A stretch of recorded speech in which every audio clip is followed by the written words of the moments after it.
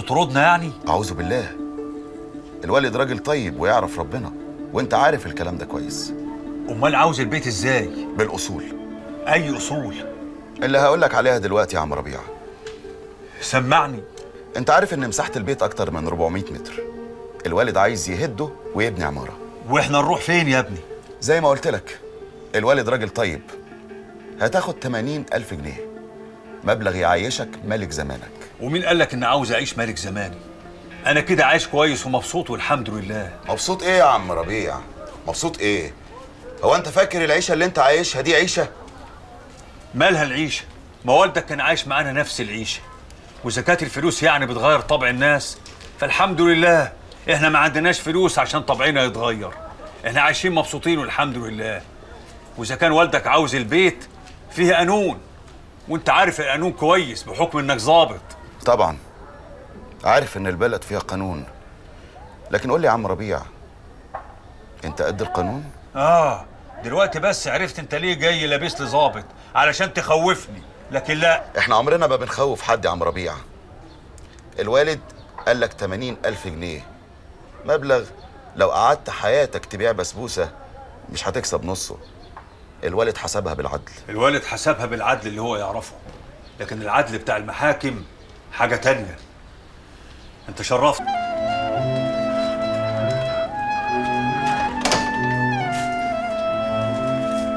هو في ايه يابا؟ هي عمالة تغفلق كده ليه؟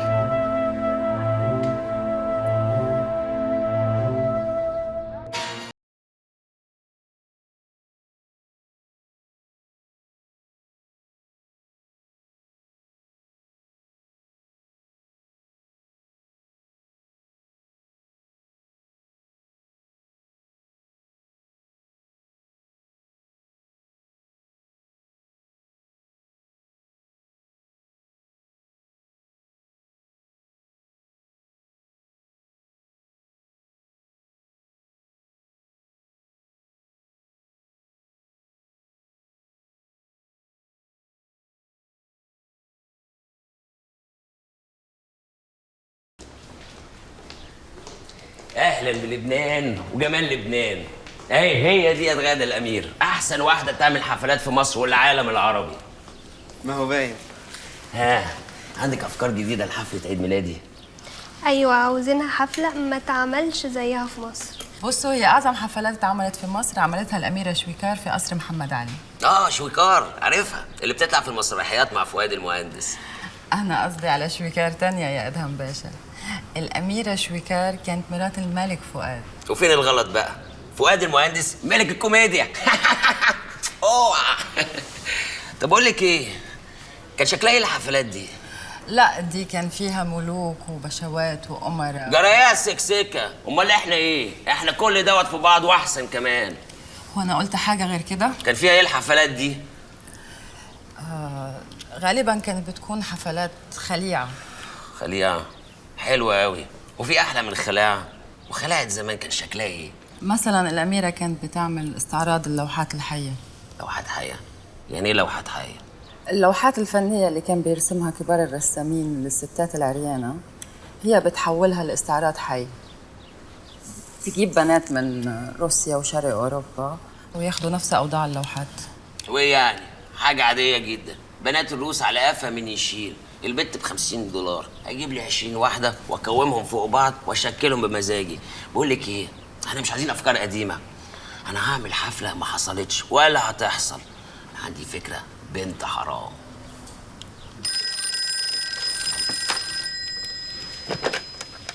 الو. اهلا اهلا، طبعا عارفاكي، سمعت عنك كتير. ده كل الاوساط الراقيه بتتكلم عن جمالك وجمال شغلك. اموريني يا حبيبه قلبي. انا مقابلتي سهله جدا، بس ممكن اعرف ليه؟ يبقى احسن مكان تقابليني فيه في مكتبي. انا بكون موجوده لحد الساعه 11 بالليل. تشرفيني في اي وقت. انا اللي اتشرفت بمكالمتك. مع السلامه.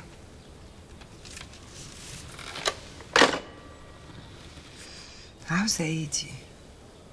فعلا هنخش عليها واحنا ايدينا فاضيه يا ست الكل؟ ايوه يا شوشة، هندخل عليها بايدينا فاضيه وهنطلب منها تغدينا كمان. طب ما ترسيني بس ايه اللي في دماغك؟ يا شوشة لو دخلنا عليها معانا حاجه هنحسسها انها محتاجه وان احنا بنعطف عليها. ايوه في الحاله دي مش هنعرف نديها قرشين في ايديها. طبعا. انا عارف الظروف ما بقتش زي الاول وقله الشغل اثرت على نفسيتها قوي. يبقى نجيب لها شغل. ما عادتش مطلوبه يا ست الكل. انت مش رايح تزورها، انت رايح تقول لها ان في فرح هي مطلوبه فيه. طب ونجيب الفرح ده بقى منين؟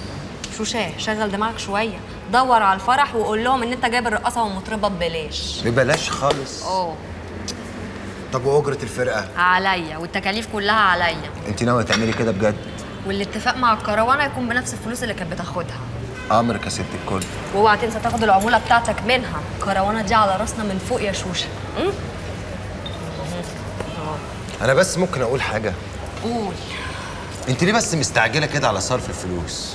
مالكش دعوه. معقولة كل الغيبة دي يا مبسوطة؟ يا كروانه انا بكلمك في التليفون كل يوم. ما دي أول سكة الغياب يا مبسوطة، كل يوم وبعدين كل أسبوع وبعدين كل سنة. مش انا اللي تعمل كده يا كروانه. ولا انا وغلاوتك يا كروان. وأنت قطعت ليه يا شوش؟ انا موجود في الوقت المناسب. انا مش جايلك زياره، لا انا جايلك في شغل. بجد؟ اوعى يكون فرح عرة، لو فرح عرة أنا مش عايزاه، أنا لا ناقصة بهدلة ولا قلة قيمة. سلامتك من البهدله وقله القيمه يا ست الكل. جرى يا شوشه مش تقول لي ان كروانه عندها فرح؟ اصل كنت عاملها لها مفاجاه. فين الفرح ده يا متعوس يا خيب الراجل؟ لسه مطرح الفرح ما اتحددش. اصل في خلاف ما بين اهل العروسين. اهل العريس عايزين يعملوا الفرح عندهم واهل العروسه عايزين يعملوا الفرح عندهم. ولاد الحلال بقى اللي بينقوا في النص قالوا يعملوا الفرح في فندق. فندق لا. بقول لك ايه، ده هي تشيل الفنادق كلها، عند العروسه عند العريس، المهم يكون في وسعايه في خلا بدل كتمه الزفت الفنادق. شكلها هترسى على كده. يعني انت مالي ايدك يا شوشه؟ عيب يا كروانه، العربون في جيبي، اغسل ايدي واسلمك الفلوس. ثواني. وانت يا مبسوطه لو اشتغلت هتشتغلي معايا تاني؟ يا كروانه انت بتتكلمي ازاي؟ انا خطوه بخطوه معاكي. معلش يا اختي محمله عليك. على مهلك. ولا علي حط الكرسي كويس. عمرك يا كبيره. ولا سناره. يا ريس. روح جيب كرسي الاستاذه بسرعه. يلا يلا ولا تسلمي يا حبيبتي. اتفضل يا استاذ. يلا غوري يلا. طب بالاذن. اقعدي يا حبيبتي كتر خير. يعني انا اصلا ما احب اتهوى شويه، اخرج من جوه لبره، وده بقى بره بتاعي. صرحيني بقى. اصرحك بايه يا استاذ أصيلة؟ مبسوطه؟ كويسه ومرتاحه في شغلها الجديد. هي اشتغلت؟ اشتغلت. واللي زي دي هتشتغل ايه؟ رقاصه، ورقاصه شاطره كمان، وبتشتغل في كباريه في وسط البلد. لا والله، قولي كلام غير ده استاذه. يعني اكذب عليكي يعني؟ يلا عموما رقاصه احسن من شحاته. وعلى فكره يا استاذ أصيلة، في حاجات كتير احسن من الشحاته. بقول لك ايه يا استاذه، خلينا في مبسوطه. قولي لي بقى، شغاله في انهي نيله كباريه وبيخشوه ازاي؟ ليه؟ هو انت ناويه على ايه؟ ناويه اتفرج عليها يا استاذه، دي بنتي حته من كبدي يا ستي، اشوفها اطمن عليها على مستقبلها، حد مضايقها اي حاجه. سلام يا ريس. سلام يا صحافه. سلام يا رجب. انت جيت يا جوز الندامه. شكلك رايق على الاخر. ولا رجب، الاستاذه الصحافه الحلوه المنوره دي بتقول لي ان البنت مبسوطه شغاله في كباريه في وسط البلد. انا مش متجوزاك عياء يا روح امك، تقب تغطس تروح لها وتشوف ايه الاخبار وتقطع لنا 3 تذاكر عشان نحضر انا وانت والصحافه، ولا اقول لك خليهم 4 عشان ما حدش يتنطط عليا ناخد 2. معقول برضه. لازم تكوني اهم مصممه حفلات في مصر، جمالك ورقتك وشياكتك بيقولوا كده. ميرسي جدا يا مدام نجوى، بس انا خلاص ناويه اسيب الشغلانه. ايه ده؟ حد يسيب شغلانه زي دي؟ حد يكره يشتغل في الأبهة والجمال والشياكة وزي ما بيقولوا مجتمع الكريم دي لا كريم؟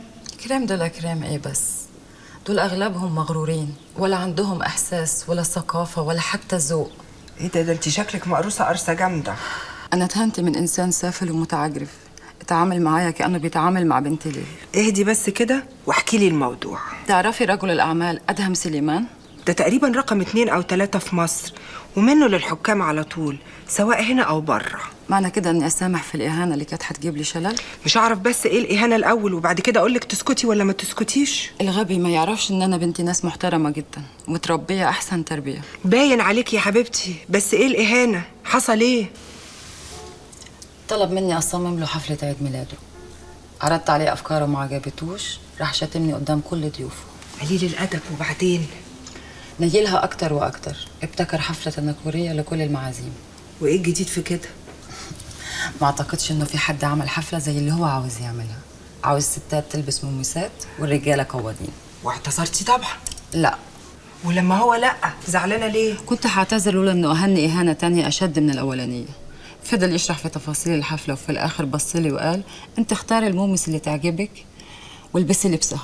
كل ده يحصل ولسه متمسكة بالمشروع؟ علشان أنتقم لنفسي. وهتنتقمي إزاي؟ الحفلة تتصور بكل اللي فيها وحضرتك تنشريها في المجلة. وأنا اللي كنت فاكراكي طيبة طلعت أنا اللي طيبة. وأنتي بقى اللي هتصوري الحفلة؟ لا، ما أقدرش أنا اللي أصور، وفي إجراءات أمنية مشددة. بس أنتي اللي لسه مسؤولة عن الحفلة. أيوة. وممكن تساعدينا. كل اللي أقدر عليه هعمله. أنا هدرس الموضوع كويس وأفكر فيه، بس أنا بقى أعمل كل ده مقابل إيه؟ دي مسألة هنتفاهم فيها وأنا تحت أمرك. هو كده. أنا بجد سعيدة بمعرفتك يا حبيبتي، نورتي المجلة. صباح الخير. أهلا يا عاطف، أعرفك الأنسة غادة الأمير، أشهر مصممة حفلات في مصر. تشرفنا. الأستاذ عاطف ربيع، الراجل التاني في المجلة. فرصة سعيدة. مع السلامة. ورايا على المكتب. مالك كنت بتصورها بعينيك اللي يتدب فيها رصاصة؟ اصلها حلوة. حلوة ولا وحشة؟ دي بعيدة عن شنبك وشنب اللي جابوك. انت بالنسبة لها كوم زبالة. في ناس بترضى بالزبالة. ولو بقينا نعرف نرد يا أستاذ عاطف. اسمع، تعرف راجل أعمال اسمه أدهم سليمان؟ لسه بدري عليا عبال ما أعرف رجال الأعمال. طب عاوزاك تسأل عنه وتعرف كل حاجة. أنت مش عارفاه؟ عارفة، بس مصر بتتغير كل يوم.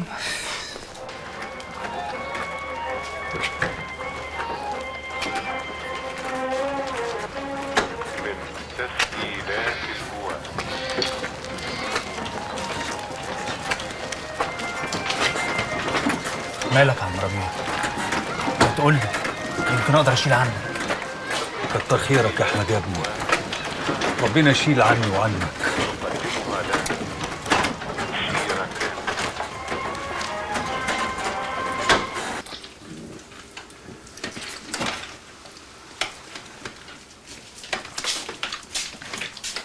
مالك يا بت؟ ما هو كده ليه؟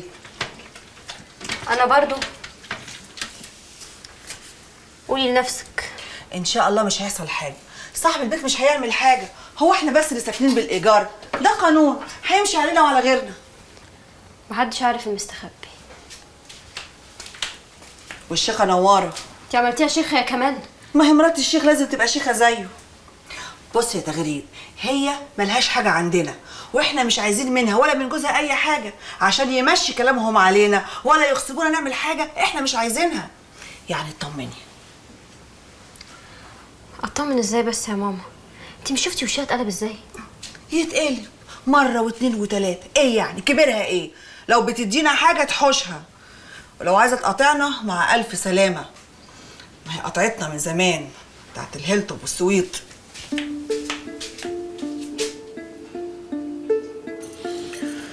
أهلك دول عقلهم على القد يا نوارة. الدنيا فاتحة لهم دراعاتها الاتنين وهم مش عاوزين. سبحان الله.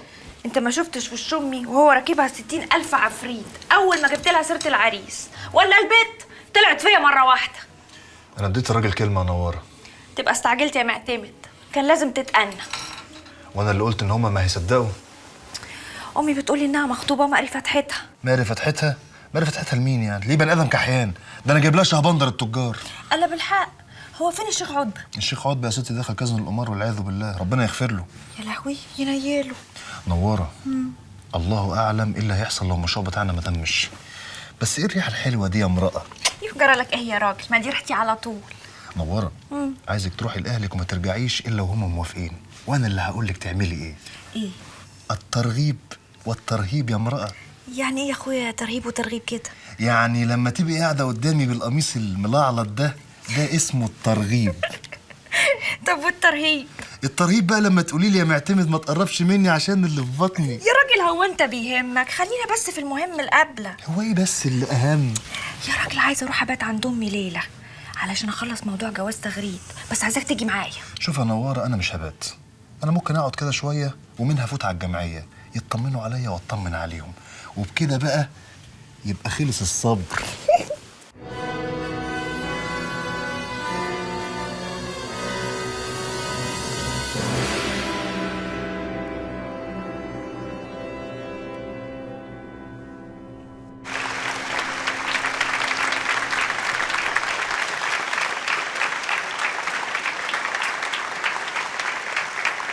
ميرسي. افهم من كده انه خلاص وقع في غرامك. سيادتك عارف ان انا شاطره قوي في تنفيذ الاوامر. شاطره دي شويه عليكي، انت ممتازه. طب نتنقل بقى للخطوه الثانيه. هو في خطوه تانية؟ في خطوه ثالثه بس ما ينفعش نتكلم فيها الا بعد تنفيذ الخطوه الثانيه. وانا جاهزه. تتجوزيه.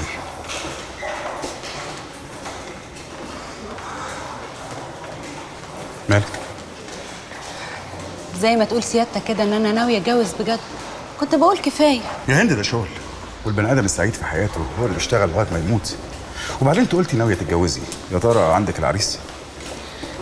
لغايه دلوقتي مفيش، بس لو نورت اللمبه الخضراء هلاقي عريس واثنين وثلاثه. ما اختلفناش، تتجوزيه لغايه لما تولعي اللمبه الخضراء بتاعتك. ونوع ايه الجواز ده؟ شرعي ورسمي ومأذون وموثق. يعني مش جواز طياري؟ مش طياري. ممكن اعرف السبب؟ ليه شرعي وليه رسمي؟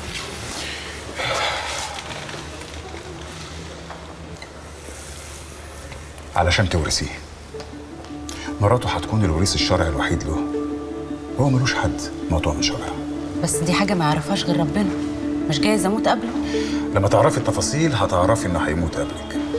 يا سعاده اللواء، ده انا ممكن اكون قاعده معاك دلوقتي وتجيلي سكته، او ممكن اخرج من هنا واعمل حادثه. يا هند احنا مش في درس فلسفه، وبعدين انت ايه اللي مش مريحك في الموضوع؟ مش عارفه، حاسه ان العمليه دي غير كل العمليات اللي فاتت. كل عمليه وليها ظروفها، ومن حقك تعرفي ظروف العمليه دي. يا ريت. خاين عايزه حاجه اكتر من كده؟ خان الشركه وهو مسؤول عنها بالكامل، عارف كل اسرارها وعملياتها حتى اموالها في الخارج. انا كده فهمت يا مجدي باشا، بعد كده كل حاجه هتبقى بتاعتي وملكي قانونا. تمام، وبعدين انت تاخدي اللي ليكي والشركه تاخد اللي ليها. مش فاهمه. يعني اموال الشركه ترجع لها بالكامل واموالها الخاصه تبقى بتاعتك انت.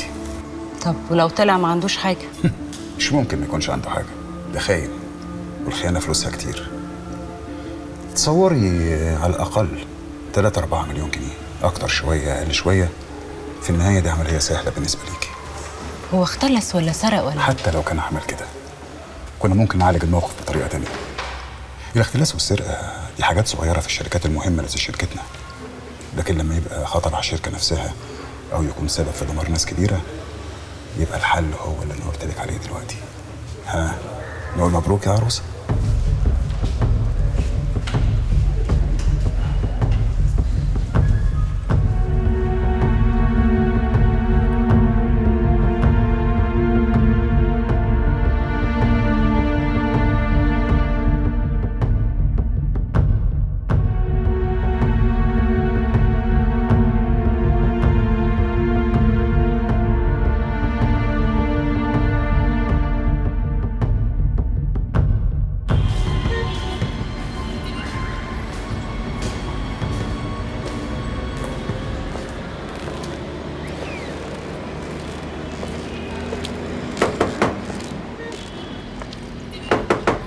ايوه مين؟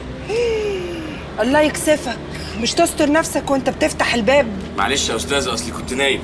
وانت بتنام عريان ولا معاك حد؟ لا انا لوحدي يا استاذه، وممكن تتاكدي بنفسك كمان. وايه ريحه الكمكمه والزناخه اللي ماليه الروف دي؟ ولا دي ريحه النسوان اللي ماما اللي بتسربهم من ورا ظهر البواب؟ انت كده دايما ظلمانه يا ريسه. واكبر دليل على ظلمك ليا ان الشقه ريحتها معفنه. اشمعنى يا ابن الحلواني؟ اصل لو كان في نسوان كانوا نضفوها. عليا انا الكلام ده؟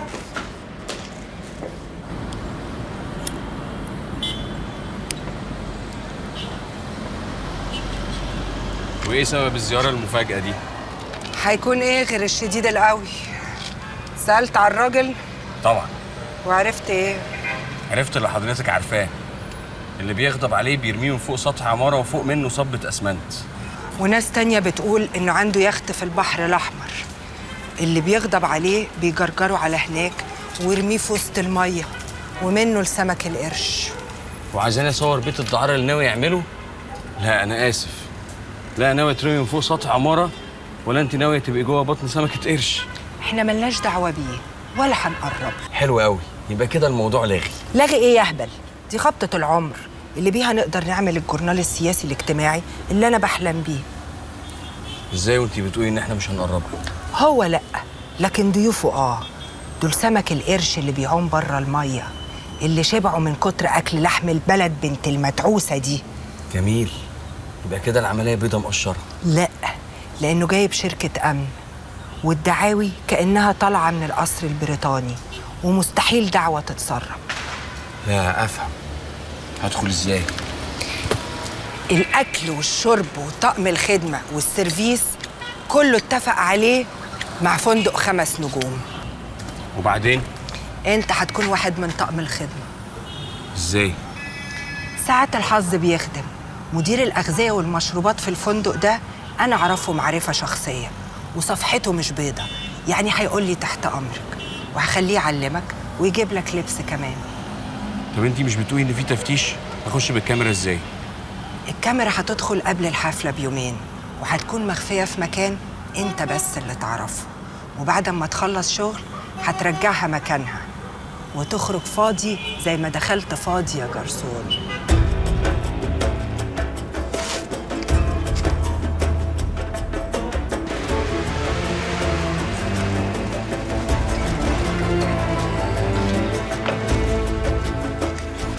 ايه يا عم انت يا سلم؟ انت مجنون؟ انت بتعمل ايه؟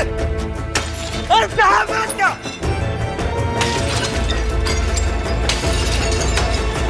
حسبي الله ونعم الوكيل، حسبي الله ونعم الوكيل. الراجل اللي كنا فاكرينه طيب وبتاع ربنا طلع مفتري.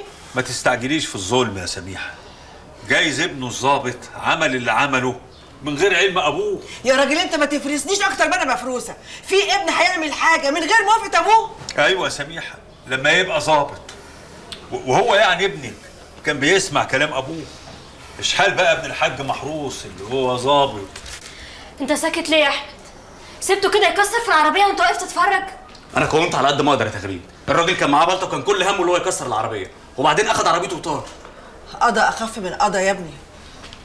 اللي اتكسر ممكن يتصلح، البني ادم لا. كويس ان مفيش حاجه جت فيك. لكن انت يا احمد يا ابني اتاكدت ان هو الراجل اللي جه عندنا هنا البيت مع الظابط؟ وانا هتوه عنه ازاي يا عم ربيع؟ وانا كنت بشوفه في الداخله والخارجه، وبعدين انا وصفته في الاسم وصف كامل. خدت نمره العربيه؟ وانا كنت فيه ولا فيها تغريد؟ طب الاسم قالك انه هيعمل حاجه؟ ما اظنش. سالوني بتتهم مين اللي كسر العربيه، قلت لهم الراجل اللي مع حضره الظابط.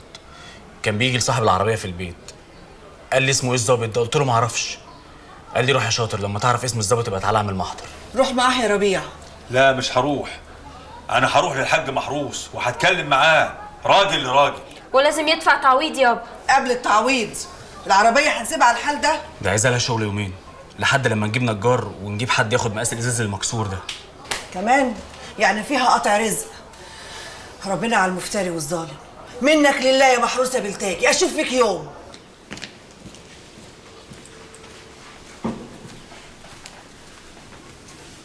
صباح الخير يا فندم. بعد اذنك الشنطه. لا مفيش داعي. امال الانسه هند فين؟ هي لسه ما وصلتش. ايه ده، معقوله؟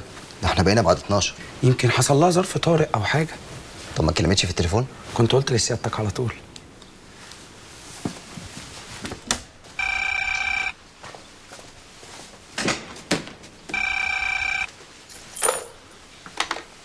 الو. خير يا هند، في ايه؟ ايوه، ايه اللي حصل يعني خليك تتاخري في النوم؟ المهم الاول انت كويسه؟ طب الحمد لله. حرام عليك يا شيخة، وقعت قلبي. قولي بقى، انا سامعك. عارفها طبعا. ايه المكان الغريب ده يا هند اللي عايزه تقابليني فيه؟ هو احنا عيال؟ طيب خلاص يا ستي، خلاص. طيب الساعة 3 يناسبك؟ ماشي يا ستي. ايه في ايه تاني؟ ماشي يا ستي، مش هلبس لك رسم، هلبس لك لبس المراجيح. مع السلامة.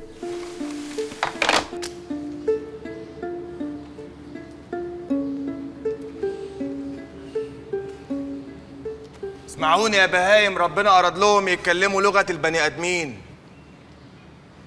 الرئيسة امبارح وهي بتتفرج على التلفزيون مع نفسها كده، كان في برنامج شغال. البرنامج ده كان بيتكلم عن مشكلة التسول وأطفال الشوارع، وإن السيدة الأولى في مصر. عارفين مين هي السيدة الأولى ولا أنا بكلم الكراسي ولا إيه؟ الرئيسة أصيلة هانم. لا مش أنا، واحدة تانية موكوسة. يا حضرات البهايم، السيدة الأولى يعني حرم رئيس الجمهورية، وأنها سوف تتولى الأمر بنفسها للحفاظ على براءة الطفولة والقضاء على مشكلة التسول المؤسفة. 3 بالله العظيم مؤسفة. إيه المناظر دي؟ تمام كده يا رئيسة؟ يا أخويا كمل خطابك، حد بيفهم حاجة. هذه السيدة إن قالت فعلت.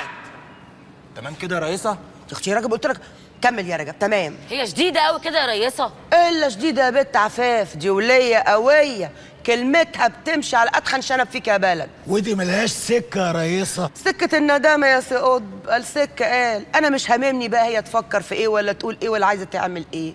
هم كلهم زي بعض، يتكلموا عن طفولة الشوارع والعشوائيات والكلام ده، ومحدش بيعمل لنا حاجة، فلازم إحنا نعمل لنفسنا حاجة. بقول لك يا رجب، أنا اتخنقت، ما تكمل، ما أنا مرسياك على الدور. قول لهم أنا خايفة من إيه؟ في البرنامج اللي كانت بتتفرج عليه الرئيسة امبارح، كان في واحد مثقف كده وعنده شوية معلومات. الراجل ده بيقول ايه؟ بيقول ان التسول اصبح بالاكراه والعنف، وان المتسولين اصبحوا وحوش ضارية تاكل في البني ادمين في الشوارع. تمام كده يا رئيسة؟ تمام يا رجب. وانتوا عارفين مبدئي، الشحاتة فن وادب وذوق، لا رزالة ولا غتاتة ولا قلة ادب، لا، دعوة حلوة للزبون، سواء اداكم بقى ولا ما اداكوش. لما تلحوا وتفضلوا مؤدبين كده هيحرج ويديكوا. والمثل بيقول ايه؟ لا تتف في البير ربما تحتاج تشرب منه. الرئيسة خدت قرار نهائي لا رجعة فيه. ايوه، طرد اي بني ادم هيتف في البير او يترازل على الزبون اثناء تأدية عمله، بحيث يحرم من المأوى والمتوى ويمنع من دخول اي منطقة تخص مناطق الرئيسة. تمام كده يا رئيسة؟ تمام يا رجب، اصرفهم بقى. يلا اتكل على الله، كله اتكل على الله ان شاء الله باذن الله. مباركين يلا. ربنا يسترها معاكي زي ما سترتيها معانا يا ريسة. ربنا يديك الصحة. يلا خدوا بالكم من بعضيكم. طب والله انا ربنا بيحبني. ايه ده؟ هو انت هنا؟ بص يا ستي، انا في فكره بتدور في بالي بقالها فتره، وكنت خايفه ومرعوبه ان انا اعرضها عليكي، وكنت خايفه من رجب لحسن يقلب عليا بسببها. بس بعد اللي انا شفته دلوقتي اقدر اقول الفكره اللي عندي وبقلب جامد كمان. قول يا صحافه، الفكره دي فيها مصلحه؟ طبعا، ومصلحه عظيمه كمان، ومصلحه مفيش زيها. بس يا رب تعجبك وتوافقي. يبقى لازم طبعا نسمع رأي الصحافة طبعا يا ريسة. افهم انت مالك، انت مال اهلك. هي هتقول لي انا وبعدين ابقى اقول لك انت، بس انا لازم اقتنع الاول وانا اللي اوافق. مفهوم؟ مفهوم. قول لها على الخبر الحلو اللي عندك. وانا اقول لها ليه بقى؟ ما انا اقول لك انت وانت تقولي لها. ولا رجب. بهرج معاك يا ريسة. ماشي. هقول لها انا حجزت تذاكر الكباريه، والنهارده هنروح نتفرج على مبسوطة، قصدي الفنانة فرحة. لا معلش، انا يا ست اصيله عارفين انا من المشوار ده، انا مش هينفع اجي معاكم كده برضو يا سلوى. جرى ايه صحافه؟ ده انا مفيش طلب طلبتيه مني وقلت لك لا تقومي تكسفيني في اول طلب اطلبه منك، يبقى انا مش غاليه عندك بقى. لا طبعا غاليه ازاي، وانا مش هرد لك طلب. اللي تشوفيه. حبيبتي استبينا. قولي لي بقى يا اختي على الفكره اللي عندك عشان عايزه افهمها.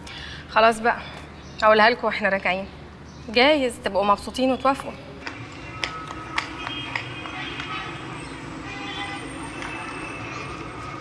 هند، الله الله الله، ايه ده؟ عامله في نفسك كده ليه؟ عايزاك تشوفني على طبيعتي. والله وانت على طبيعتك ارق واجمل بكتير. انا عايزه اتكلم معاك كلام بجد، سعيد من غير زعل. انا عندي كلام جايز يكون سخيف بالنسبه لك، لكن رد فعلك عليه هو اللي هيخليني اقول اه او لا. اول مره اعرف اللي عايز يتجوز بيتعمل له امتحان. مش امتحان يا باشمهندس، اعتبره تعارف. في ايه يا هند؟ مالك جد قوي كده ليه النهارده؟ ما هو الجد لازم يكون ساعة الجد، الا بقى لو انت شايف مشروع الجواز ده حاجه كده عادي، او انت ناوي تكون حاجه طياري كده.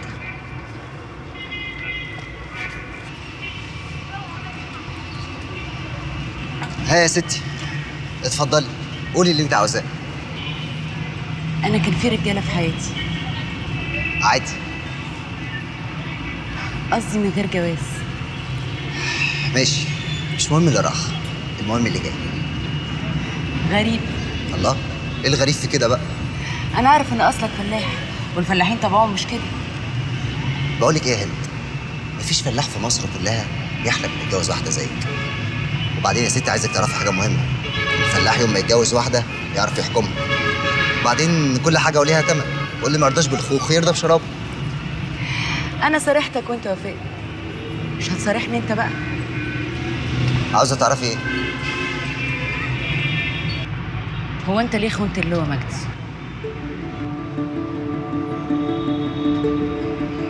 انت عرفت ازاي؟